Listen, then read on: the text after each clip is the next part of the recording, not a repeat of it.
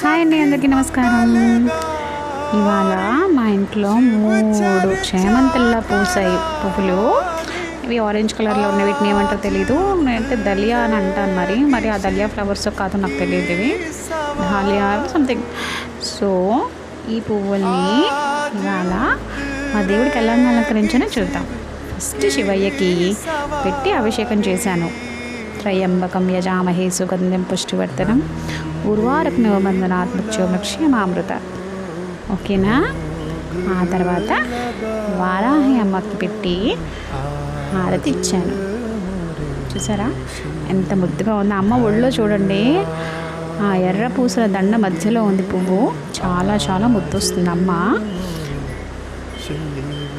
తర్వాత నెక్స్ట్ భైరవికి పెట్టాను. మా ముద్దులోకి భైరవికి ఎంత బుజ్జిగా ఉందో చూడండి భైరవి అమ్మకి.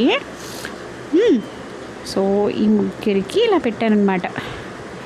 ఎలా ఉంది ఫ్రెండ్స్ చెప్పండి, కమెంట్ చేయండి. And thank you for watching. Have a nice day. నమస్కారం.